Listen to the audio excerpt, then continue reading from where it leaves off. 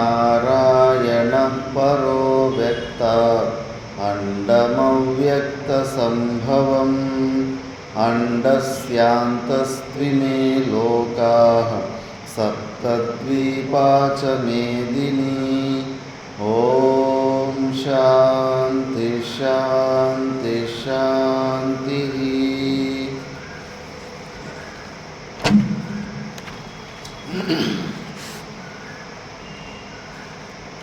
ॐ श्री परमात्मने नमः।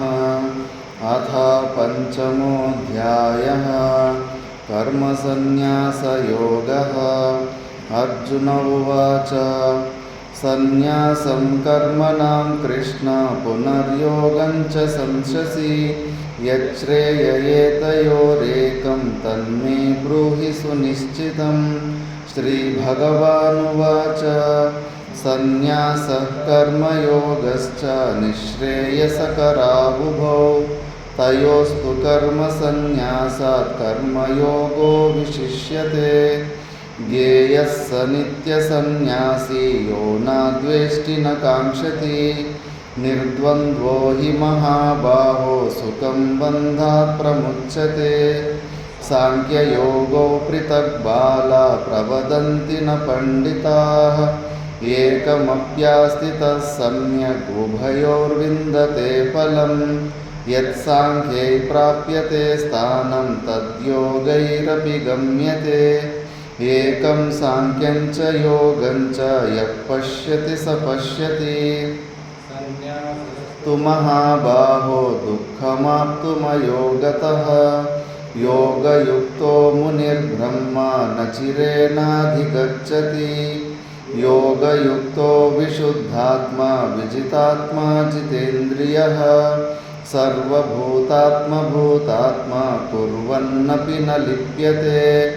नैव किञ्चित् करोमीति युक्तो मन्येत तत्त्ववित्। पश्यन् शृण्वन् स्पृशन् जिघ्रन् नश्नन् गच्छन् स्वपन् श्वसन् प्रलपन् विसृजन् गृह्णन् उन्मिषन् निमिषन्नपि इन्द्रियाणीन्द्रियार्थेषु वर्तन्त इति धारयन् ब्रह्मण्याधाय कर्माणि सङ्गं त्यक्त्वा करोति यः लिप्यते न स पापेन पद्मपत्रमिवाम्भसा। कायेन मनसा बुद्ध्या कुर्वन्ति सङ्गं त्यक्त्वात्मशुद्धये। युक्तः कर्मफलं त्यक्त्वा शान्तिमाप्नोति नैष्टिकीम्। अयुक्तः कामकारेण फले सक्तो निबध्यते। सर्वकर्माणि मनसा सन्न्यस्यास्ते सुखं वशी। नवद्वारे पुरे देहि नैव कुर्वन्न कारयन्। न कर्तृत्वं न कर्माणि लोकस्य सृजति प्रभुः। न कर्मफलसंयोगं स्वभावस्तु प्रवर्तते। नादत्ते कस्यचित् पापं न चैव सुकृतं विभुः। अज्ञानेनावृतं ज्ञानं तेन मुह्यन्ति जन्तवः। ज्ञानेन तु तदज्ञानं येषां नाशितमात्मनः तेषामादित्यवत् ज्ञानं प्रकाशयति तत्परम्। तद्बुद्धयस्तदात्मानस्तन्निष्ठास्तत्परायणाः पुनरावृत्तिं ज्ञाननिर्धूतकल्मषाः। विद्याविनयसम्पन्ने ब्राह्मणे गविहस्तिनि सुनिशैव च इहैव तेर्जितः सर्गो येषां साम्ये स्थितं मनः। निर्दोषं हि समं ब्रह्म तस्मात् ब्रह्मणि ते स्थिताः। न प्रहिष्येत् प्रियं प्राप्य नोद्विजेत् प्राप्य चाप्रियम्। स्थिरबुद्धिरसम्मूढो ब्रह्मविद् ब्रह्मणि स्थितः। बाह्यस्पर्शे स्वसक्तात्मा विन्दत्यात्मनि यत्सुखम्। स ब्रह्मयोगयुक्तात्मा सुखमक्षयमश्नुते। ये हि संस्पर्शजा भोगा दुःखयोनय एव ते आद्यन्तवन्तः कौन्तेय न तेषु रमते बुधः शक्नोति हैव यः सोढुं प्राक्शरीरविमोक्षणात् कामक्रोधोद्भवं वेगं स युक्तः स सुखी नरः योऽन्तः सुकोऽन्तरारामस्ततान्तर्ज्योतिरेव यः स योगी ब्रह्मनिर्वाणं ब्रह्मभूतोऽधिगच्छति लभन्ते ब्रह्मनिर्वाणं ऋषयः क्षीणकल्मषाः छिन्नद्वैधायतात्मानः सर्वभूतहिते रताः कामक्रोधविमुक्तानां यतीनां यतचेतसाम् अभितो ब्रह्मनिर्वाणं वर्तते विदितात्मनां स्पर्शान् कृत्वा बहिर्बाह्याश्चक्षुश्चैवान्तरे भ्रुवोः प्राणापानो समो कृत्वा नासाभ्यन्तरचारिणो यतेन्द्रियमनो बुद्धिर्मुनिर्मोक्षपरायणः विगतेच्छाभयक्रोधो यः सदा मुक्त एव सः भोक्तारं यज्ञतपसां सर्वलोकमहेश्वरं सुहृदं सर्वभूतानां ज्ञात्वा मां शान्तिमृच्छति। ॐ तत्सदिति श्रीमद्भगवद्गीतासु उपनिषत्सु ब्रह्मविद्यायां योगशास्त्रे श्रीकृष्णार्जुनसंवादे कर्मसन्न्यासयोगो नाम पंचमोऽध्यायः। మనము భగవద్గీతలోని 5వ అధ్యాయము కర్మ సన్యాస యోగం గురించి విచారణ చేస్తుంటే ఇందులో శ్లోకం ప్రారంభం కాకముందే కొన్ని సంశయాలకు నివృత్తి చేశారు భాష్యకారు భగవానులు. అర్జునుడు అడిగిన ప్రశ్న, పరమాత్ముడిచ్చిన సమాధానం 2వ శ్లోకంలో. నిష్కామ కర్మయోగాన్ని పొగుడుతున్నావు, జ్ఞానయోగాన్ని పొగుడుతున్నావు, మరి 2 శ్రేష్టమనే లెక్కలోనే చెబుతున్నావు. ఈ రెండిట్లో ఏది కరెక్టో దాన్ని నాకు చెప్పు అని అడిగినప్పుడు 2వ శ్లోకం 2వ శ్లోకం ఉచ్చారాయిక కాలేదు కదా, 2వ శ్లోకం వచ్చారు. ఇప్పుడు ఈ 2వ శ్లోకంలో ఆ ప్రశ్నకు ఉత్తరం చెప్తున్నాం. సన్యాసః కర్మయోగశ్చ నిశ్రేయసకరావుభౌ తయోస్తు కర్మ సన్యాసాత్ కర్మయోగో విశిష్యతే. సన్యాసః కర్మయోగశ్చ నిశ్రేయసకరావుభో తయోస్తు కర్మ సన్యాసాత్ కర్మయోగో విశిష్యతే.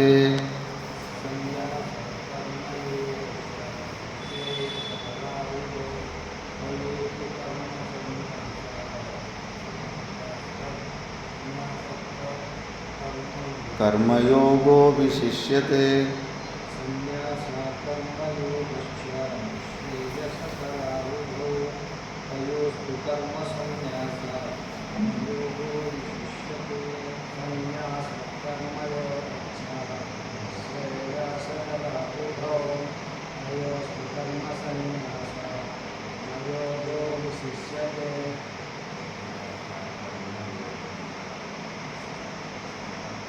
నిశ్రేయసకరావుభో. చాలా మెల్లగా చెప్తున్నాం, ఏం వినిపిస్తానే లేదు, గట్టిగా చెప్పు, తప్పైనా పర్వాలేదు. తయోస్తు కర్మయోగో విశిష్యతే. సన్యాసః చ కర్మయోగః నిశ్రేయసకరౌ ఉభౌ నిశ్రేయసకరౌ తయోః తు కర్మ సన్యాసాత్ కర్మయోగో విశిష్యతే. అర్జున, సన్యాసము మళ్ళీ కర్మయోగము ఇవి 2 ఉభౌ నిశ్రేయసకరౌ. నిశ్రేయసం అంటే ఏంటి చెన్నారెడ్డి? నిశ్రేయసం.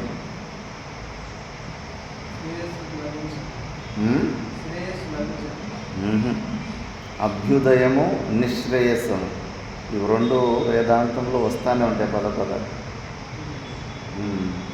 ನಿಮಗೆ ಗೊತ್ತಿದೆಯಪ್ಪ ಸುವಿಚ?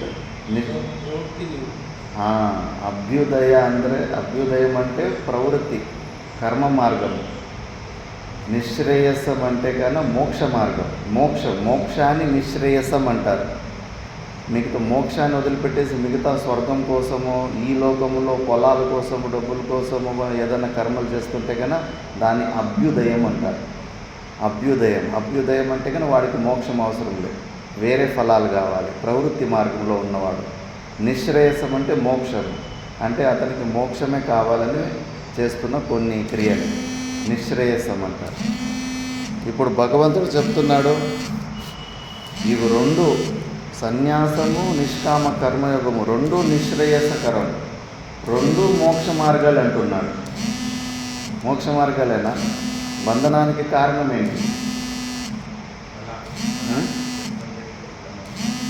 ఫలాపేక్ష పెట్టుకొని ఏం చేస్తే కర్మ. బంధనానికి కారణం ఏంటంటే కర్మ. మనం ఈరోజు బంధనంలో ఎందుకున్నామో మనం చేసుకున్న కర్మలే బంధనానికి కారణం. కర్మ బంధనానికి కారణమవుతుంది కానీ మోక్షానికి కారణం కాదు. మరి భగవంతుడు ఇక్కడ రెండు మోక్షాన్ని ఇస్తే అంటున్నాడు, నిష్కామ కర్మయోగము, జ్ఞానం. మరి ఎట్లా చెప్పాడు నారాయణ చైతన్య ఉత్తరం. ఆ చేసే కర్మని ఫలాపేక్ష లేకుండా ఈశ్వరార్పణ బుద్ధితోటి చేసినప్పుడు దాని ద్వారా అంతఃకరణ శుద్ధి ఇచ్చి వాడు కూడా మోక్షాన్ని కొద్ది లేటుగా అయినా కూడా క్రమంతో వాడు కూడా పొందుతాడు అని. అందుకే ఇవి రెండు కూడా మోక్ష మార్గాలే. నిష్కామ కర్మయోగము కేవల కర్మ మార్గం గురించి మాట్లాడటం లేదు, నిష్కామ కర్మయోగం గురించి మాట్లాడుతున్నాం. నిష్కామ కర్మయోగము, జ్ఞాన మార్గము రెండు మోక్షాన్ని ఇచ్చేటివే. అయినప్పటికీ తయోహో, ఈ రెండిట్లో కూడా కర్మ సన్యాసాత్ కర్మయోగో విశిష్యతే. నువ్వు సన్యాసం, కర్మలని వదిలిపెట్టడానికన్నా ఇలాంటి నిష్కామ భావంతో కర్మలు చేయడమే శ్రేష్టము అని భగవంతుడు ఉత్తరం చెప్పాడు. దానికి మళ్ళా దానికి ముందు చెప్పుకుంటూ పోతుంటాడు ఎట్లా అవి శ్రేష్టం అని చెప్పేసి. భాష్యంలో చూద్దాం. సన్యాసః కర్మణాం పరిత్యాగః కర్మయోగః చ తేషాం అనుష్ఠానం తౌ ఉభౌ అపి నిశ్రేయసకరో నిశ్రేయసం మోక్షం కుర్వాతే. జ్ఞానోత్పత్తి హేతుత్వేన ఉభౌ యద్యపి నిశ్రేయసకరో తథాపి తయోః తు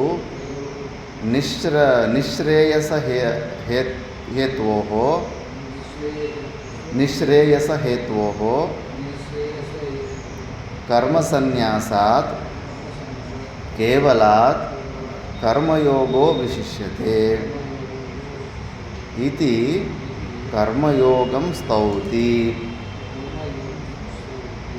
చెన్నారెడ్డి.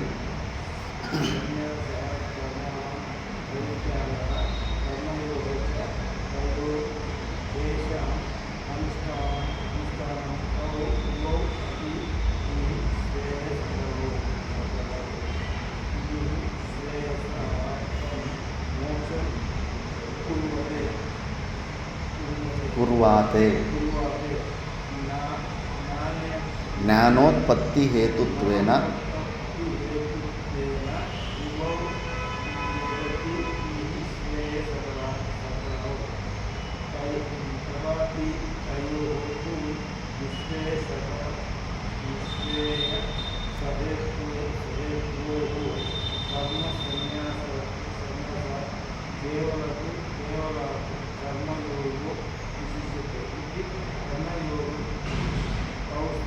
స్తౌతి.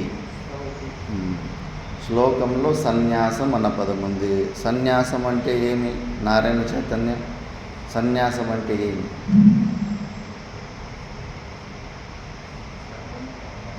ఉం?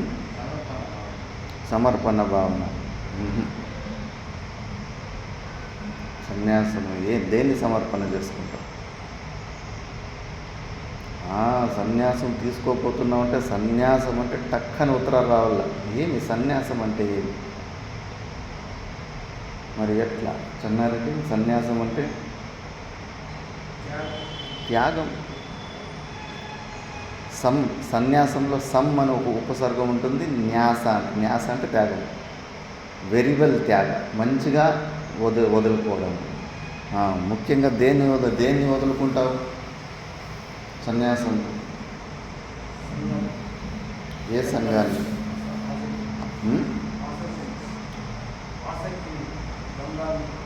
ఎక్కడ ఆసక్తిని?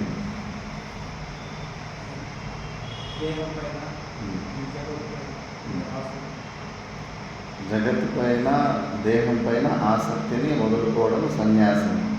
మరి ఇంక ఏం మిగిలింటుంది మన సన్యాసం తర్వాత? దేహం మీద ఆసక్తిని వదిలిన తర్వాత నువ్వు నిర్వికల్ప సమాజ స్థితికే పోతావు. సన్యాస దీక్ష ఇచ్చిన రోజు అట్లా టక్కని నిర్వికల్ప సమాజ స్థితికి వెళ్తావా? ఆ రోజు సన్యాస దీక్ష చేసేటప్పుడు ఏమేమి వదిలిపెట్టి వస్తావు? నేనేమి వదిలిపెట్టి వచ్చాను?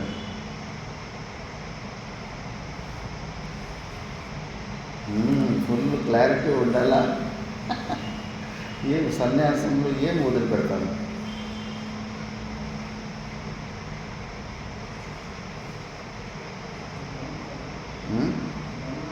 బంధం ఎక్కడ పోతుంది? ఇంకా బంధాన్ని తెంచుకోవడానికి గురుగారి దగ్గర శ్రవణం నిధిధ్యాసనం చేయడానికి వివిధిష సన్యాసం తీసుకుంటున్నాం.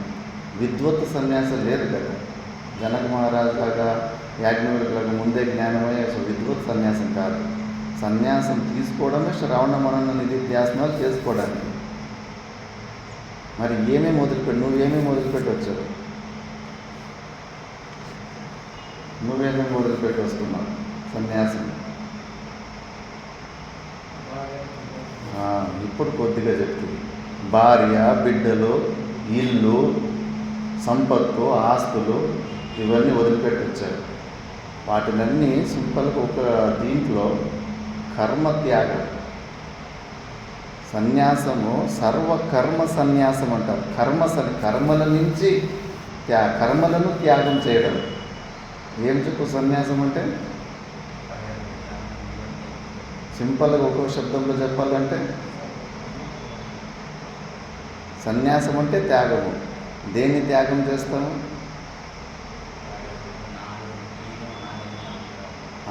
నేను నాది అన్నది కూడా మంచి నియరెస్ట్ అహం మమ భావాలు ఒకటి ముఖ్యంగా సన్యాసం. అసలైన సన్యాసం అదే వాస్తవికంగా. కానీ మనము అహం మమ భావాలు వదులుకోకుండానే ఎర్రబట్టలు వేసుకున్న వాళ్ళు చూస్తున్నావు లేదా? మరి ఏం వదిలిపెట్టి వస్తారంటే మునుపటి జీవితానికి ఇప్పుడు ముందు నువ్వు ఇట్లే ఉదయం నిద్రలేసి ఇంట్లో ఉన్నప్పుడు ఒక 20 సంవత్సరాల వెనకాల ఏం చేస్తుంటుంది? ఇట్లా స్నానం చేసుకొని ఇట్లా సత్సంగాలు కూర్చుంటుంటివా? మరి ఏం చేస్తుంటుంది? ఏం పని చేస్తుంటుంది కదా. ఇప్పుడు చేస్తున్నావా? మరి అది చెప్పు, నీకు వస్తలేదు ఎందుకు? ముందు పని చేస్తావంటే పనిని వదిలిపెట్టాను, కర్మలను వదిలిపెట్టాను. కర్మలే కదా వదిలిపెట్టి వచ్చింది. క్లారిటీ ఉండాలి సన్యాసం అంటే ఏంటి అని. కర్మ సన్యాసం చేశాను.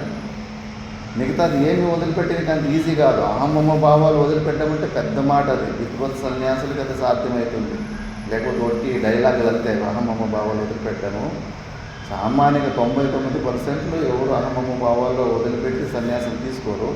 ఎవరో యాజ్ఞవల్క్య లాంటి మహానుభావులు అహమ్మమ్మ భావాలు వదిలిపెట్టి అసలైన సన్యాసం తీసుకుంటారు. అసలైన సన్యాసం అదే. కానీ మనము సామాన్యంగా ఆశ్రమాలకు వస్తామంటే కన్నా ఇల్లు, వాకిలి, భార్య, పిల్లలు, చేస్తున్న ఉద్యోగాలు, వ్యాపారాలు, సేద్యం పని ఇవన్నీ వదిలిపెట్టి వచ్చామా లేదా? మిగతా వాళ్ళగా ఎండలో పని చేస్తున్నామా? కర్మలు చేస్తున్నామా?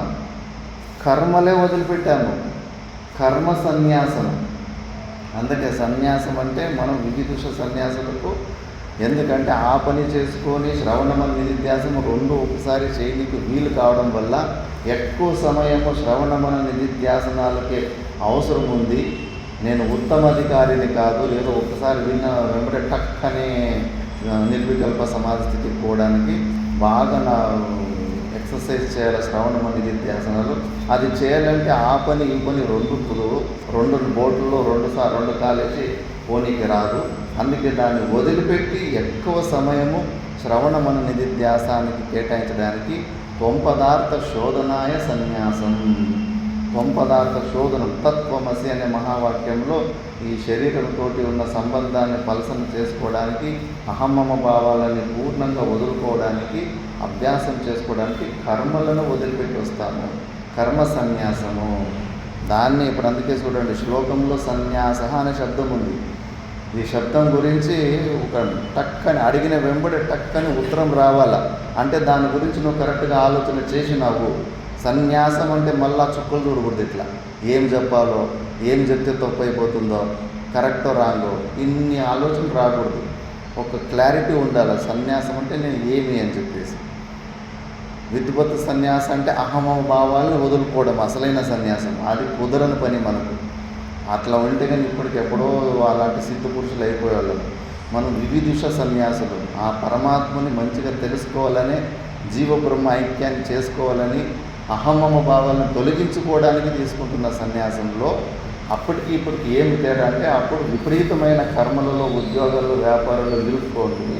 అప్పుడు సమయం దొరికేది కాదు.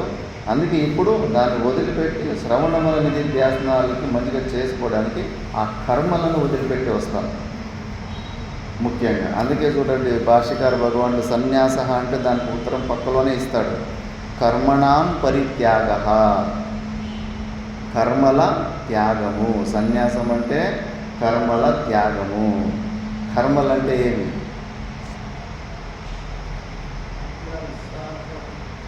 స్వ వర్ణాశ్రమ ధర్మాలు కర్మలంటే. ఏమి నారాయణ కర్మలంటే ఏమి?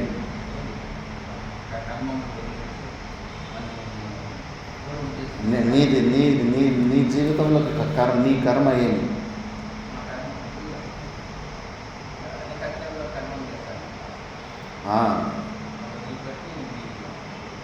ఏమి కర్మ? ఇప్పుడు నల్లారెడ్డిది వ్యవసాయం కర్మ. ఆ వ్యవసాయ కర్మను ఆయన వదిలిపెట్టి వచ్చాడు. చెన్నారెడ్డిది ఉద్యోగం కర్మను వదిలిపెట్టి వచ్చాడు. ఉద్యోగం కూడా ఇంకా వయసు కోటికలను ఆ మధ్యలోనే వస్తున్నారు. నీ కర్మ ఏమి? శౌర్య కర్మ. అది దాన్ని వదిలిపెట్టి వచ్చావు, ఇంకా పట్టుకోండవా? వదిలిపెట్టే వచ్చావు కదా. స్వ వర్ణాశ్రమ ధర్మాలని కర్మలంటే చేసే ప్రతి ఒక్క క్రియ కాదు. కూసోవడము, లేవడము, పని చేయడము కర్మ కాదు. సేవ చేయడము సేవ, ఇవన్నీ కర్మకోటికి రావు. కర్మ అంటే స్వ వర్ణాశ్రమ ధర్మాలు. గురు సేవ కానీ, పరోపకారి, ఇవన్నీ కూడా కర్మలుగా. స్వ వర్ణాశ్రమ ధర్మాలని కర్మ అని పేరుతో వాటిని వదిలిపెట్టి రావడం కర్మత్యాగం అంటే. కర్మణాం పరిత్యాగ. ఇవన్నీ గురుగారు అడుగుతారు. మళ్ళీ డౌట్ వచ్చిందంటే గురుగారికి ఇంకా నేను చెప్పే రకంలోనే నేను కాన్ఫిడెంట్గా చెప్పానంటే పర్వాలేదు, ఈయన పరీక్ష ఇచ్చినాడు అని చెప్పేసి ఇంకా నేను కాన్ఫిడెంట్గా యథార్థం చెప్పాల్సి ఉంటుంది గురుగారి దగ్గర. లేనిది ఉన్నట్టు చెప్పనీకి రాదు.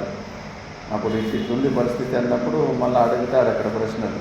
సన్యాసం అంటే ఏంటి, ఎందుకు సన్యాసం తీసుకోవాలనుకుంటున్నాను, ఇవన్నీ అప్పుడు టక్కని చెప్పేంత సామర్థ్యం ఉండాలి. కాబట్టి కర్మలకు సన్యాసం ఉంటుంది. కర్మణాం పరిత్యాగ.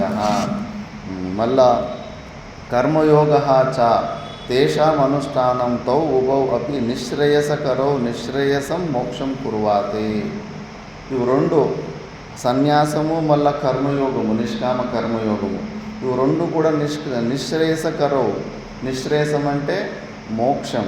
ఈ శబ్దము నిశ్రేయసం అనే శబ్దం బాగా మర్చిపోకూడదు. ఇవి మళ్ళీ మళ్ళీ వస్తూనే ఉంటాయి మన వేదాంతంలో. మోక్షాన్ని నిశ్రేయసం అంటారు. ప్రవృత్తి మార్గాల్ని, స్వవర్ణాశ్రమ మార్గాలని అభ్యుదయం అంటారు. అభ్యుదయ ప్రవృత్తి మార్గం అంటారు. సరేనా?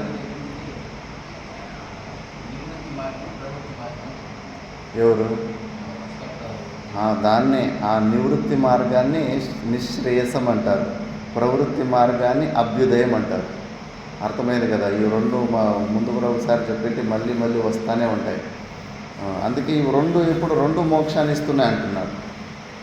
మరి రెండు మోక్షాన్నే ఇచ్చినప్పుడు ఈ రెండిట్లో ఏది చేయాలి అనే డౌట్ రానే వస్తుంది అర్జునునికి. జ్ఞానోత్పత్తి హేతుత్వేన ఉభౌ యద్యపి నిశ్రేయసకరౌ.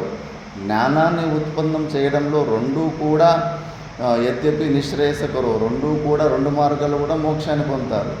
ఎట్లా అంటే కానీ నిష్కామ భావంతో వాడు కర్మయోగం చేసిన అంతఃకరణ శుద్ధిని పొంది ఎవరన్నా కానీ స్వార్థం లేకుండా పని చేస్తే ఇంట్లో ఉన్నోళ్ళు మర్యాద ఇస్తారు. ఉద్యోగం చేసేటప్పుడు స్వార్థం లేకుండా తక్కువ డబ్బులు తీసుకొని ఎక్కువ పని చేసిన, లేదా శాలరీ గురించి మాట్లాడకుండా ఎక్కువ నువ్వు నిస్వార్థంగా పనిచేసినట్టు నీ మేనేజర్ మెచ్చుకుంటాడు. ఆశ్రమంలో పోతే గురువులకి ఇష్టమవుతావు. గురువులు అలాంటి వాళ్ళు నిస్వార్థ భావంతో మంచి సేవలు ఎవరు చేస్తుంటారో వాళ్ళ మీదనే కృప ఎక్కువ వస్తుంటుంది. నువ్వు ఎక్కడ పోయినా కూడా మళ్ళా నీకు తప్పకుండా అంతఃకరణ శుద్ధిని పొంది ఈ జ్ఞానాన్ని కూడా ఉపదేశం చేస్తారు గురువుల దగ్గర. అందుకే ఈ క్రమంతో చెప్పారు, నిష్కామ కర్మయోగం చేసేటోడు కూడా తప్పకుండా మోక్షాన్ని పొందుతాడు, రెండు నిశ్రేయసకరమే అని చెప్పేసి. తర్వాత అలాంటి రెండు హేతు ఉన్నప్పటికీ కూడా తయోహోతు రెండిట్లో కూడా నిశ్రేయస హేతువో కర్మ సన్యాసాత్ కేవల కర్మయోగో విశిష్యతే. కర్మ సన్యాసం తీసుకోవడానికన్నా నిష్కామ కర్మయోగమే చాలా గొప్పది అని కర్మయోగం స్తౌతి. నిష్కామ కర్మయోగాన్ని స్తుతి చేస్తాడు. భగవంతుడికి ఆలోచించండి, ఎవరితోటి ఏమీ అవసరం లేదు భగవంతుడు. మరి ఆయన ఎందుకు మళ్ళీ మళ్ళీ మళ్ళీ మళ్ళీ నిష్కామ కర్మయోగాన్ని పొగడము, అందులో మనకు ప్రేరణ ఇవ్వడము, ఏదో మనల్ని ఇరికించాలన్నా, మన చేత పరిశ్రమలు చేపించి ఆయనకేమైనా వస్తుందా? అర్థం చేసుకోవాలి. భగవంతునికి గురువులకి ఈ మోక్షాన్ని పొందే మార్గంలో ఎన్ని ప్రకారాల ఆటంకాలు వస్తాయి, ఎక్కడ ఎనర్జీ యూటిలైజ్ చేయాలో బాగా తెలుస్తుంది. కాబట్టి భగవంతుని శాస్త్రానికి అనుకూలంగా, గురువాజ్ఞకు అనుకూలంగా మన మనసుని చేసుకోవాలి. సొంత బుద్ధి తాని స్వార్థాలది ఆలోచన చేస్తూ ఉంటుంది. సామాన్యంగానే చేతులు కాళ్ళు పరిశ్రమ చేయాలంటే మనకు యాస్టకు వస్తుంది, ఇష్టం ఉండదు. ఎందుకంటే ఎక్కడైనా మనం పని చేసామంటే ఒక స్వార్థాన్ని ఉద్దేశంలో పెట్టుకొని మనకు జోష్ వచ్చింది. ఎందుకు నేను కష్టపడితే ఆ డబ్బులు నాకే వస్తాయి, నేనే అనుభవించచ్చు అనే ఒక ఫలాపేక్షతోటి ఇన్ని రోజులు మనము కర్మలు చేశాము. ఇప్పుడు ఏమీ జీతాలు ఉండవు, ఏమీ లేదు, వట్టిగా పని మాత్రం ఎక్కువ చేయి, ఫలాన్ని మాత్రం ఆశించద్దు అంటే ఆ స్వార్థమైన మనసు ఒప్పుకోదు. అలాంటప్పుడు శాస్త్రము గురువుల ఆజ్ఞే శరణ్యం. సొంత బుద్ధులు వాడలేకపోతే మళ్ళీ ఎక్కడికో వెళ్ళిపోతాం. ఇక్కడ ఏమి దాచిపెట్టుకుంటే చేతిలో ఉన్న పరిశ్రమ, శరీరంలో ఉన్న పరిశ్రమని దాచుకుంటాం. అది దాచుకుంటే మళ్ళీ ఏమైనా పనికి వస్తుందా? ఇద్దరు అన్నదమ్ములు ఉండండి, కలిసి ఉండండి ఒకే ఇంట్లో. ఇంకా తమ్ముడు భార్య విపరీతంగా మంచిగా పని చేస్తూ ఉంటాడంట. ఇంకా వదిన మాత్రం తన మొగుడు అన్న పని చేయకపోతే వద్దు వద్దు వద్దు వద్దు అని చెప్పేసి ఆపేసి, నేను ఒకటి దాచుతున్నాను, మీకు తెలియదు, ఒకటి దాచుతున్నాను, మీరు చింత చేయకండి, ఎట్లే మనం పని చేయకుండా పోతే ఎట్లా, భవిష్యత్తు ఎట్లా అంటే కన్నా నేను దాచుతున్నాను, నన్ను ఒకటి మీకు తెలియదు, మళ్ళా చెప్తాను. ఇంకా బాగా ఇంకంతా వయసు అయిపోయిన తర్వాత ఇట్లా ఒకరు పని చేసి ఇంకొకరు పని చేయకుండా పోతే సంసారం నిలవదు. ఇంకా గొడవలు వచ్చి వేరు పెట్టుకున్నారు. వేరు పెట్టుకున్న తర్వాత వీళ్ళకి అన్న వదినకు 55 సంవత్సరాలు 60 సంవత్సరాల దాకా ముసుగోలు అయిపోయినాయి. ఇంక వేరే అప్పుడు కలిసి ఉన్నప్పుడైతే తమ్ముడు కష్టపడుతున్నాడు కాబట్టి ఆయన కష్టం వీళ్ళు బతికేసింది. ఏం పని నేర్చుకోలేదు, ఏమి చేయలేదు. అప్పుడు భార్య నవ్వునే వేరు పోవాలి ఎగిరేస్తుంటే ఏదో దాచిపెట్టినా అంటుంటే, ఏం దాచిపెట్టినా అంటే శ్రమనండి, ఇన్ని రోజులు నేను పని చేయకుండా ఆ శక్తిని, ఆ శ్రమను నేను దాచిపెట్టినాను అన్నాడు. అయ్యో వేస్ట్ కదా, ఆ శ్రమ ఏమో దాచిపెడితే అదేమన్నా కుప్పలేస్తుందా? శరీరంలో ఉంటుంది. అది వయసు అయిపోయిన తర్వాత అసలు ఇంకేం పని కూడా చేయనీకి రాదు. అట్లా సమయం వ్యర్థమైపోతుంది. కానీ అతి తెలివితోటి దాని నుంచి పుణ్యం రాదు. పుణ్యం రాకపోతే అంతఃకరణ శుద్ధి రాదు. అంతఃకరణ శుద్ధి రాకపోతే జ్ఞానం రాదు.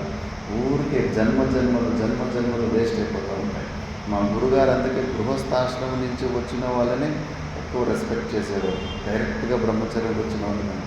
ఎందుకంటే వాళ్ళు కష్టపడి డబ్బులు విలువ తెలిసి ఉంటారు కాబట్టి వాళ్ళకి ఆ కష్టం తెలిసి ఉంటుంది కాబట్టి వాళ్ళకి కరెక్ట్గా ఈ వైరాగ్యం మాటలు అర్థమవుతాయి. ఆ పరిశ్రమం అంటే ఏంటి అని తెలిసి ఉంటుంది. డైరెక్ట్గా ఇవన్నీ చూసుకోకుండా డైరెక్ట్గా బ్రహ్మచర్యం తీసుకొని ఇటు వచ్చిన వాళ్ళకి ఇవన్నీ తెలియదు. ఈ నిష్కామ కర్మ అస్సలు చేయనీకి వాళ్ళకి మనసు ఒప్పుకోదు. ఎక్కడ కూడా అంతే. విద్యార్థులు కానీ ఎవరైనా కానీ ఉత్తర భారతంలో ఆశ్రమాలు ఈ ఉద్దేశంలో వెతుక్కుంటారు. ఏ ఆశ్రమంలో తక్కువ సేవ ఉంటుంది ఆ ఆశ్రమాల్లోనే ఉంటాము. ఎక్కడ ఇబ్బందులు తక్కువ ఉంటాయో అక్కడికే వెళ్తాము. ఎందుకంటే ఈ కాన్సెప్టే లేదు. నిష్కామ కర్మయోగం కాన్సెప్ట్ అది జీర్ణమే కాలేదు. పోనీ అంత ఉత్తమ అధికారి అనుకుందాం అనుకుంటే ఆ అధికారిత్వము లేదు. అన్ని భోగాలు అన్ని సౌలతులు మళ్ళీ కావాలనిపిస్తూ ఉంటాయి. ఆ వైరాగ్యం కూడా అంతే. లేనప్పుడు అట్లా వైరాగ్యంలాగా ఉంటారు. ఉన్న మళ్ళీ అవకాశం దొరికితే కన్నా మళ్ళీ కోట్లు కుప్ప చేసుకుంటారు. అలాంటి వైరాగ్యమే ఉంటుంది. కాబట్టి చాలా జాగ్రత్తగా ఈ భగవద్గీతని భగవంతుని ఉద్దేశము ఏమి చెప్పనీకి ప్రయత్నం చేస్తున్నాడు, ఎందుకు ఇలా నిష్కామ కర్మయోగాన్ని ఇంత స్తుతి చేసి అందులో ప్రేరణ ఇస్తున్నాడని మనం తెలుసుకోవాలి. కాబట్టి కర్మయోగాన్ని స్తుతిస్తున్నాడు. దాన్ని ఇప్పుడు ఆ కర్మయోగం ఎందుకని చెప్పుకుంటూ పోతాడు. తస్మాత్ త్యాహ గేయ స నిత్య సన్యాసి యో నాద్వేష్టి న కాంక్షతి నిర్ద్వంద్వో హి మహాబాహో సుఖం బంధాత్ ప్రముచ్యతే. గేయ స నిత్య సన్యాసి యో నాద్వేష్టి న కాంక్షతి నిర్ద్వంద్వో హి మహాబాహో సుఖం బంధాత్ ప్రముచ్యతే. గట్టిగా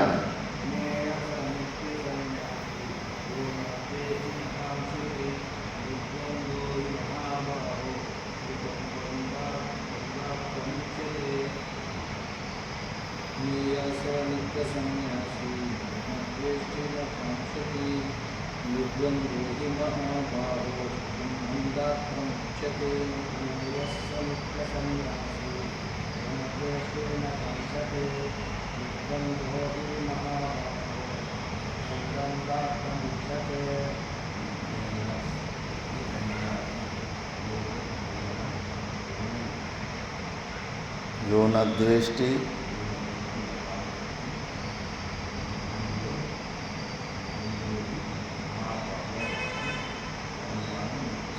సుఖం బంధాత్ ప్రముచ్యతే.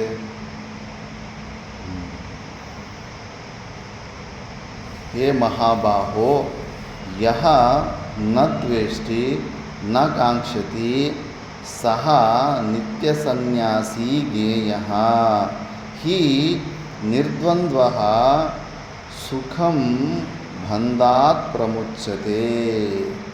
మహాబాహో అర్జున, నువ్వు ఎవరైతే నద్వేష్టి న కాంక్షతి అర్షట్ వర్గాలు లేకుండా ఎవరైతే ఉంటాడో నిష్కామ కర్మయోగం చేస్తూ ఉంటాడో అలాంటి వాడిని నిత్య సన్యాసి గేయ, వాడనే అసలైన సన్యాసి అనుకో.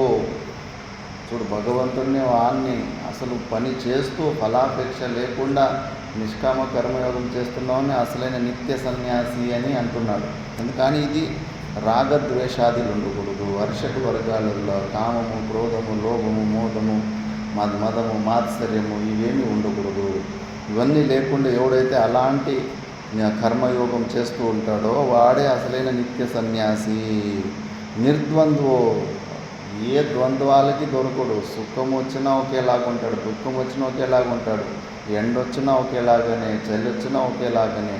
పేర్ ఆఫ్ ఆపోజిట్స్ అంటారు. ఆ ద్వంద్వాలలో కూడా న్యూట్రల్గా ఎవరు ఉంటాడు. మళ్ళీ వాడు సుఖం బంధాత్ ప్రముచ్యతే, ఆ బంధనం నుంచి తప్పకుండా వాడు పరమానందాన్ని పొందుతాడు. భగవంతుడు గ్యారెంటీ క్యాడే ఇచ్చేశాడు. ఆ నిష్కామ కర్మకి తప్పకుండా ఆ పరమాత్మనే పొందుతాడు. ఎట్లా పొందుతాడు? భగవంతుడు మాట అంతే. నువ్వు ఆ నిష్కామ కర్మలు చేస్తూ ఉంటే నీకు అంతఃకరణ శుద్ధి కలిగిన తర్వాత నీకు ఉపదేశం ఇప్పించి ఒక గురువుని రెడీ చేసేస్తాడు. భాషల్లో చూద్దాం. జ్ఞేయో జ్ఞాతవ్యః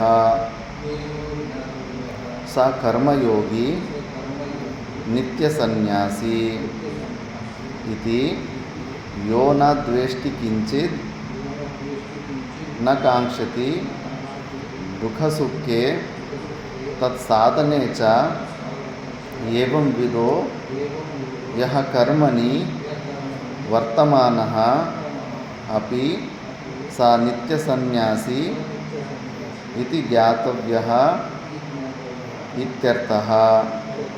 निर्द्वन्द्वो द्वन्द्ववर्जितो हि यस्मात् महाबाहो सुखं बन्धात् अनायासेन प्रमुच्यते।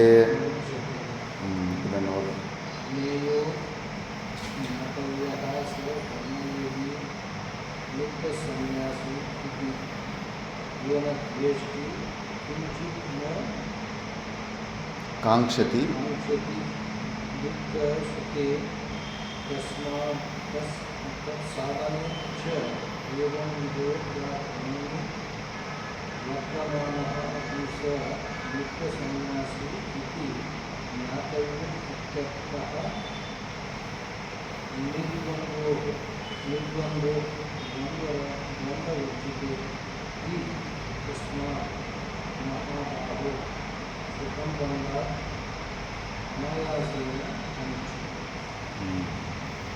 శ్లోకంలో జ్ఞేయ అని ఉంది. జ్ఞేయ అంటే జ్ఞాతవ్య, తెలుసుకోవాలి. ఏంటి? సా కర్మయోగి, ఆ కర్మయోగి నిష్కామం కర్మయోగి నిత్య సన్యాసి అని తెలుసుకోవాలి. హియో నా ద్వేష్టి కించిత్ నా కాంక్షతి, ద్వేషం ఉండదు, కాంక్ష లేదు. ఇది కావాలా అది కావాలని అది అసలు లేనే లేదు, అది వదిలిపెట్టేసి ఉంటాడు. ఇంకా మళ్ళీ దుఃఖ సుఖే తత్ సాధనేచ, సుఖంలో కానీ దుఃఖంలో కానీ వాటి సాధనాలు. సుఖానికి సాధనం ఏదో ఒకటి కొద్ది పరిశ్రమ ఉంటుంది, దుఃఖానికి కూడా సాధనం ఉంటుంది. కోరి కష్టాలు తెచ్చుకుంటారు కదా, ఏదో శరీరాన్ని తప్పుడు పనులు చేస్తే దానివల్ల దుఃఖం వస్తుంది. దుఃఖానికి సాధనం ఏంటంటే కానీ అజ్ఞానపూర్వకమైన క్రియ. అక్కడ మండుతూ ఉంటుంది, అందులో చేయి పెడితే కానీ చేయి కాలదు. ఆ చేయి పెట్టేలాంటి క్రియ చేసాడు కదా, అది దుఃఖానికి సాధనం. అది కాబట్టి సుఖ సాధనము దుఃఖ సాధనాల్లోకి చ ఏవం విధో యహ కర్మని వర్తమానః అపి స నిత్య సన్యాసి ఇది జ్ఞాతవ్యః. ఇలా ఎవడైతే న్యూట్రల్గా ఉండి సహన శక్తితోటి వాడు చేస్తున్న కర్మలను చేసుకుంటూ పోతూ ఉంటాడో, నిర్ద్వంద్వో ద్వంద్వవర్జితో హి యస్మాత్ మహాబాహో సుఖం బంధాత్, అంటే ఇక్కడ బంధాత్ శబ్దంతో అనాయాసేన, చాలా ఈజీగా వాడు మోక్షాన్ని పొందుతాడు. భారతదేశంలోనే ఎన్నో చరిత్రలు ఉన్నాయి. పెద్ద తెలివితేటలు అవసరం లేదు. భగవంతుని ఆజ్ఞ, గురువు ఆజ్ఞను కేవలం పాటించుకుంటూ ముందుకు వెళ్ళిన వాళ్ళు మేధావులై చాలా తొందరగా మోక్షాన్ని పొందినారు. శంకరాచార్య శిష్యులు తోటకాచార్యుడు మందబుద్ధి అయ్యాడు, చిన్న వయసులోనే వదిలిపెట్టి వచ్చింటాడు. ఈ చదువు గిదువు అన్నీ ఏమీ వంటకు పడదు. ఇంకా బట్టలు ఉతుకుడు, అది ఇది, ఆ సేవ చేసి ఈ సేవ చేసి మనకి సేవల్లోనే ప్రవృత్తి. మిగతా వాళ్ళంతా వాళ్ళని చునుకని చూస్తుంటారు, వీడికి ఇద్దరు అదో మందబుద్ధి ఎదవాళ్ళు అని చెప్పేసి. ఒకసారి ముగ్గురు పాఠంలో కూర్చో ఉంటారు, భాష్యకార భగవానుడు పాఠం చేయకుండా వాడి కోసం వెయిట్ చేస్తూ ఉంటారు. ఎవరి కోసం ఎదురు చూస్తున్నారు అని పద్మపాదాచార్యులు అంటారు. వాడి కోసమే తోటకాచార్యులు, అంటే ముందు పేరు వేరే ఉంటుంది, తోట కానీ మళ్ళా వస్తుంది పేరు. అంటే వాడికి స్వామీజీ ఎంత చెప్పినా వాడికి వేస్ట్, మందబుద్ధి వాడి కోసం ఎందుకు టైం వేస్ట్ చేసుడు, మీరు పాఠం స్టార్ట్ చేసేయండి అంటారు పద్మపాదాచార్య. ఓహో అట్లా అని చెప్పేసి మా గురుదేవుడు అటువైపు తోటకాచార్యునికి ఆ శక్తిని ధారపోస్తాడు. శక్తిని ధారపోస్తే వాడి జ్ఞానం ఎంత ఫాస్ట్గా వస్తుందంటే అక్కడి నుంచి ఆ కృపతోటి బుద్ధిలో శ్లోకం పాడుకొని వస్తాడు. శ్లోకాలు రచించడం అంటే ఎంత ఆలోచన చేయాలి. వ్యాకరణం, సంస్కృత వ్యాకరణము ఏ పదాన్ని ఎక్కడ పెట్టాలో తెలియాలి. అలాంటి టక్కని విదితాకిల శాస్త్ర సుధా జలదే महितोपनिषत् कथितार्थनिदे हृदये कलये विमलं चरणं भवशङ्करदेशिकमे शरणं భవశంకరదేశికమే శరణం. ఇది తోటక చందం అంట. ఈ తోటక చందంలో శ్లోకాన్ని రచించి స్తుతి గురుగారిని అద్భుతమైన స్థుతిని చేసుకుంటూ నడుచుకొని వస్తారు. మిగతా శిష్యులు చూసి అవాక్కైపోతారు, అమ్మో ఏంటి అని. అందుకే ఊరికి ఏదో నీకు భగవంతుడు కొద్ది తీక్షణ బుద్ధి ఉందని చెప్పేసి బుద్ధి మందంగా ఉన్న వాళ్ళని మరీ అంత ఎటకారంగా చూడకూడదు. వాడికి సేవ చేసేలాంటి మంచి సద్బుద్ధి ఉందంటే కన్నా గురువుల కృపతోటి ఆ ఈశ్వరుని కృపతోటి కూడా ఎనీ టైం ఎప్పుడన్నా కానీ ఇట్లా స్పార్క్ అవ్వచ్చు. కాశికానంద మహారాజు అని ఒక మహానుభావుడు ఉంటాడు. కేరళ నుంచి నేను చిన్న వయసులో 10 సంవత్సరాల వయసులో నడుచుకొని పోయి ఉంటాడు కాశీకి. పోయి అక్కడ చదవాలని, శాస్త్రం చదవాలని పోతాడు. ఎంత ప్రయత్నం చేసినా అక్షరం వస్తలేదు. ఇంకా పక్కలో ఉన్న పిల్లగాళ్ళు అసలు ఆ వయసులో పిల్లగాళ్ళకి ఇంకా ఎటకారం చేస్తారు కదా. ఇంక ఎక్కువ అవమానం చేసేసరికి చాలా బాధ అయిపోయి మళ్ళీ తిరిగి నడుచుకుంటూ పోయి మూకాంబిక గుడిలో కూర్చొని ఏడ్చుకుంటూ ఉన్నాడు. ఏంటి నాయన ఎందుకు ఏడుస్తున్నావు అంటే, నేను చదవడానికి కాశీకి పోయి నాకు అసలు ఒక అక్షరం వస్తలేదు, చాలా బాధగా ఉందంటే అక్కడ ఉన్న పూజారి, నువ్వు చింత చేయకు, నీకు అమ్మ దేవి మంత్రం ఇస్తాను, ఈ మంత్ర జపం చేయి, నీకు బాగా దేవి నీకు మంచి బుద్ధినిస్తుంది అని. ఇంకా ఆ నమ్మకంతో మంచి నిష్ఠతోటి ఆ అనుష్ఠానం చేసేది. భగవంతునికి ఈశ్వరతత్వానికి గురుతత్వానికి ఏమి సాధ్యం కాదు. సర్వం సంభవం మాయాయ, అన్నీ కూడా సంభవమే. కాబట్టి ఇంకా ఎంత బుద్ధి తీక్షణ అవుతుంది. మళ్ళీ కాశీకి వస్తే కన్నా వాళ్ళకి పాఠాలు చెప్పే గురువులే, నాయన నీ స్పీడ్కి మేము తట్టుకోలేకపోతున్నాము, నువ్వు ముందుగానే పుస్తకాలు చదువుకొని వచ్చేసి నీకు ఎక్కడెక్కడ ఏమేమి అర్థం కలదు అవి మాత్రం వచ్చి తెలుసుకో, వీటితో నువ్వు టైం వేస్ట్ చేసుకోవాల్సిన అవసరం లేదు. ఆయన మహా విద్వానుడయ్యాడు. మళ్ళీ కరపాత్ర స్వామీజీ ఆయనతోటి శాస్త్రార్థం చేయడానికి మళ్ళీ భయపడ్డాడు, అంత పెద్ద విద్వానుడయ్యాడు. అందుకే ఈశ్వరుని ఆజ్ఞ, గురువు ఆజ్ఞతోటి వాళ్ళు చెప్పిన ఆజ్ఞను పాటించుకొని పోతుంటే సార్ మళ్ళీ తప్పకుండా ఏది కావాలని వస్తుంది. మరి ఆ ఉద్దేశంతో భగవంతుడు అనాయాసేన ప్రముఖ్యతి. నువ్వు నిష్కామ కర్మయోగము చేసుకుంటూ మోక్షాన్ని పొందే ప్రయత్నం చేస్తే చాలా అనాయాసంగా వస్తుంది. అలా కాకుండా వేరే షార్ట్ కట్లాగా పోతే కన్నా విపరీతమైన పరిశ్రమ చేయాల్సి వస్తుంటుంది. ఇంకా దాని తర్వాత భగవంతుడు సన్యాస కర్మయోగయో భిన్న పురుషానుష్ఠాయో విరుద్ధయో ఫలే అపి విరుద్ధోయుక్తో నటు ఉభయో నిశ్రేయసకరత్వం ఏవ ఇది ప్రాప్తే ఇదం ఉచ్యతే. ఇప్పుడు ఇంకా మళ్ళీ డౌట్లు మీద డౌట్లు వస్తున్నాయి. ఇప్పుడు సన్యాస మార్గము, నిష్కామ కర్మ మార్గము, వీటికి అధికారులు మాత్రం వేరువేరని స్పష్టంగా చెప్పేశారు శంకరాచార్యులు భగవాన్ కానీ భగవద్గీతలు కృష్ణ పరమాత్మ.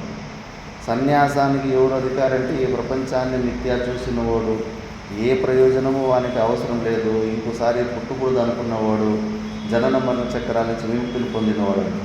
కర్మయోగానికి అధికారి కోరికలు ఉన్నవాడు, దానికి అధికారి. కోరికలు లేకపోయినా మోక్షాన్ని పొందాలని కోరిక ఉన్నప్పటికీ కూడా సామర్థ్యం లేనివాడు, జ్ఞానాన్ని డైరెక్ట్గా అర్జన చేసుకున్న సామర్థ్యం లేనివాడు, వాడు నిష్కామ కర్మయోగం చేస్తాడు. వాడు కూడా మోక్షాన్ని పొందాలనే కోరికతోనే ఉన్నాడు, జ్ఞాని కూడా మోక్షాన్ని పొందాలనే కోరికతోనే ఉన్నాడు. కానీ అధికారంలో భేదం ఉంది. ఒకడేమో డైరెక్ట్గా శ్రవణ మనన నిధ్యాసనాలకి అర్హతను పొందాడు, ఇంకోటేమో అది అర్థమవుతలేదు శాస్త్రం. అందుకే వాడు ఫస్ట్ కొన్ని రోజులు నిష్కామ కర్మయోగం చేసుకొని అంతఃకరణ శుద్ధిని పొందిన తర్వాత మళ్ళీ ఈ జ్ఞాన మార్గంలోకి వస్తాడు. అందుకే అధికారులు మాత్రం వేరు వేరు, రెండింటికి ఒకటే అధికారులు కాదు. మరి అధికారులు వేరువేరుగా ఉన్నప్పుడు ఫలం ఒకటెట్లయితుంది? రిజల్టులు కూడా వేరు ఉండాలి కదా. ఇక్కడేమో ఇద్దరికి కూడా నిశ్రేయసకరత్వం, ఉభయోహో నిశ్రేయసకరత్వం ఏవా ఇది ప్రాప్తే. ఇద్దరికి మళ్ళీ మోక్షము ఎట్లా వచ్చేస్తుంది? రిజల్ట్లు వేరు రావాలి కదా అనే డౌట్ తోటి ఇప్పుడు నెక్స్ట్ ఆ డౌట్ని అర్జునుడికి మైండ్లో ఉంది అని చెప్పేసి భగవంతుడు దాన్ని కూడా ఇప్పుడు తీసేస్తాడు. సాంఖ్య యోగో పృథగ్బాలా ప్రవదంతి న పండితాః ఏకమప్యాస్థితః సమ్యక్ ఉభయోర్విందతే ఫలం. సాంఖ్యయోగో పృథగ్బాలాః ప్రవదంతి న పండితాః ఏకమప్యాస్థితః సమ్యక్ ఉభయోర్విందతే ఫలం.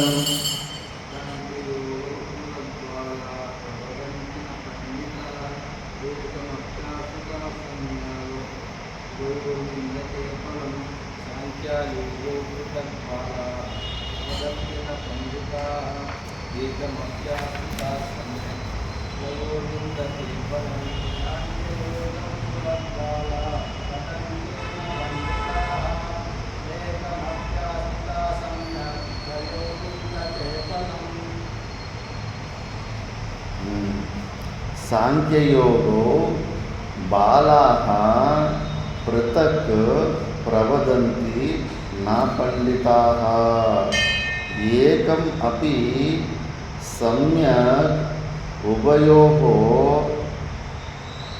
ఆస్థితః విందతే ఫలం. చాలా మంచి శ్లోకం ఇది. ఎవరు అంటే సాంఖ్యయోగో బాలాః, బాలకులంట. ఏమైతే శుష్క వేదాంతం చదివేసి పెద్ద జ్ఞానుల్లాగా ఫీల్ అయిపోతూ ఉంటారో, మేమే చాలా చూసాం. విపరీతమైపోయారు ఇప్పుడైతే ప్రపంచంలో. దాన్ని వదిలిపెట్టు, దీన్ని వదిలిపెట్టు, దాన్ని వదిలిపెట్టుకుండా పోతే నీకు జ్ఞానమే రాదు, అది ఇది రాదు. వాళ్ళని చిన్నపిల్లలు బాలాహ అంటే కానీ చైల్డ్ అంటున్నారు భగవంతుడు. బాలాహ సాంఖ్యయోగో బాలాహ పృథక్ ప్రవదంతి. అది వేరు ఇది వేరు, అవన్నీ వదిలిపెట్టేయాలి. చేసే మంచి మంచి సాధనలు వదిలిపించేస్తారు. మిగతా క్రియలన్నీ చేసుకోవచ్చు అంట.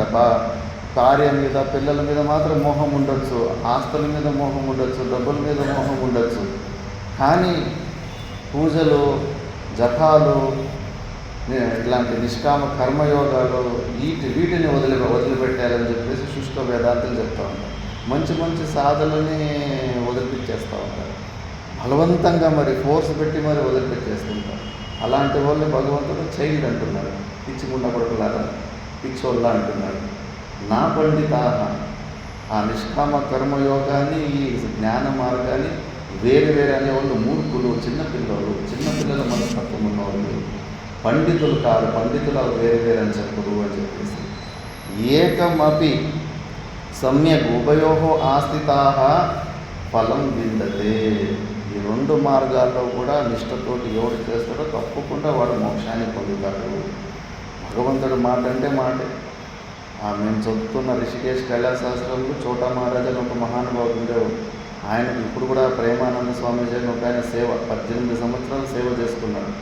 ఆయన అప్పుడు ఒక 14 సంవత్సరాలు సేవ చేసుకుంటే ఇంకా ఏం మందబుద్ధినంటే ఇంకేం శాస్త్రం లేదు. ఏమి నాయనా, నీ సేవకు నేను మెచ్చుకున్నాను, మరి నువ్వు మోక్షాన్ని కావాలంటే కూడా నీకు మోక్షాన్ని ఇప్పిస్తాను, అడుగు నీకేం కావాలని.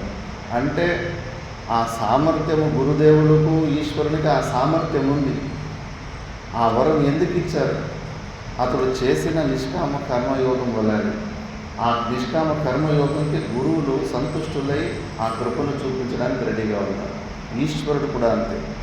శ్రీకృష్ణ పరమాత్ముడు చెప్పినట్టుగా ఫలాపేక్ష రహితంగా నిష్కామ కర్మయోగాన్ని మనం చేస్తే మాత్రము తప్పకుండా ఆయన ఆశీర్వాదం మన మీద ఉంటుంది. అంతేకాకుండా సొంత బుద్ధితోటి లాభాలు చూసుకొని ఆ పరిశ్రమము ఎందుకు అనవసరమైన పరిశ్రమ అని చెప్పేసి వేరే షార్ట్ కట్లకు పోతే కన్నా చాలా ఇబ్బందులు పడాల్సి వస్తూ ఉంటుంది. నరకానికి పోవాల్సిన పరిస్థితి కూడా వస్తూ ఉంటుంది. కాబట్టి ఏకమపి ఆస్తి, రెండు మార్గాల ద్వారా కూడా మోక్షాన్ని తప్పకుండా పడతారు. కాబట్టి నిష్కామ కర్మయోగమే సులభం అంటున్నాడు. మనకు అది కఠినం అనిపిస్తూ ఉంది. ఎందుకంటే అందులో పరిశ్రమ కనిపిస్తూ ఉంది. శ్రవణమున నిధిధ్యాసనంలో పరిశ్రమ తక్కువ కనిపిస్తూ ఉంది మనసు ఎప్పుడు తన లాభాలే ఆలోచిస్తుంది కదా. ఇది మంచిగా కూర్చొని శ్రవణమున నిధిధ్యాసనం, ఇది హాయిగా ఉంటుంది ఇది అని చెప్పేసి. నిష్కామ కర్మయోగం అంటే శరీరంతో మళ్ళీ పరిశ్రమలు చేయాలి. మనసు ఎప్పుడు దాని స్వార్థ నిర్ణయాలు చేసుకున్నాడు. కానీ భగవంతుడు చెప్తున్నాడు, ఈ శ్రవణమున నిధిధ్యాసనము అందరికీ అంత ఈజీ కాదు, ఎవరో కొంతమందికి అంటుకుంటుంది. ఇది కఠినము. ఈజీ ఏంటంటే కన్నా నిష్కామ కర్మయోగమే. అలా చేసుకుంటే అనాయాసంగా వాడు మోక్షాన్ని పొందుతాడు. చరిత్రలు ఉన్నాయి, భారతదేశంలో కొన్ని వేల మంది చరిత్రలు ఉన్నాయి. అలాంటి ఇప్పుడు 2-3 చెప్తే ఇంకా చెప్పుకుంటూ పోతే కొన్ని 1000 మంది ఉన్నాయి. ఏమీ తెలియకపోయినా, ఒక అక్షరం తెలియకపోయినా కూడా గురువు ఆజ్ఞతోటి సేవలు చేసుకుంటూ అంత ఉన్నతమైన పదవిని పొందినారు. కాబట్టి భగవంతుడు ఈ శ్లోకంలో అందుకే అలాంటి శుష్క వేదాంతుల్ని చైల్డ్ అని చెప్పేసి వదిలిపెట్టేయాలి. మిడిమిడి జ్ఞానంతో అంతా మంచి సాధనలు వదిలిపెడతా ఉంటారు. ఆ బ్రహ్మ అనుభవ పర్యంతము ఏ సాధన వల్ల మనము ఈ మార్గానికి వచ్చామో అలాంటి పుణ్యాన్ని తెచ్చిపెట్టేలాంటి మార్గాలని వదిలిపెట్టకూడదు. వదిలిపెడితే వాటి ఫలాలను వదిలిపెట్టు. నువ్వు ముందు జపం చేస్తుంటివి, ఏదో చేస్తుంటివి, అప్పుడు నీకు ఒక ఫలము, ఏదో ఒకటి అపేక్ష ఉంది. ఆ అపేక్షను వదిలిపెట్టేసి ఆ అపేక్షను వదిలిపెట్టు, అంతేకాని చేస్తున్న ఆ క్రియలను వదిలిపెట్టకు. అలా చేస్తూ ఉంటేనే నీకు శ్రేయస్సము, నీకు తప్పకుండా మోక్షం వస్తుందని భగవంతుడు చెప్పాడు. దీని భాష్యము మనము నెక్స్ట్ క్లాస్లో చదువుకుందాం. ఓం పూర్ణమద పూర్ణమిదం పూర్ణాత్ పూర్ణముదచ్యతే పూర్ణస్య పూర్ణమాదాయ పూర్ణమేవావశిష్యతే. ఓం శాంతి శాంతి శాంతి.